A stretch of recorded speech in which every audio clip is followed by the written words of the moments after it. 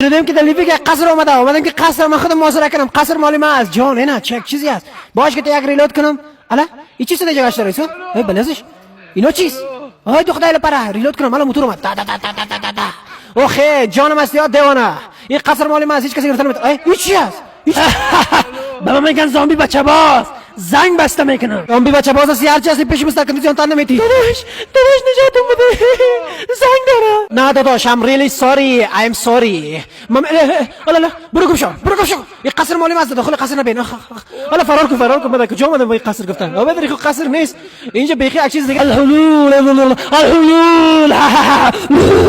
اوبدر من قصر نمیخوایم. من میخوام خوش آمدی بچه زنگ بیاری. من میخوایم خونه برم.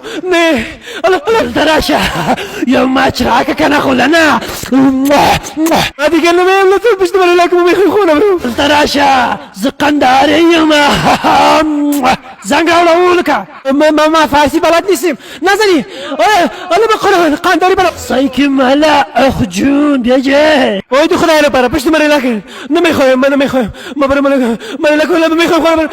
نخور سایک توپا و خانه خراب. الله فرار اینا که پشت برم. من دیگه هیچ وقت نیست نمیم. خانه خرابای بچه باز.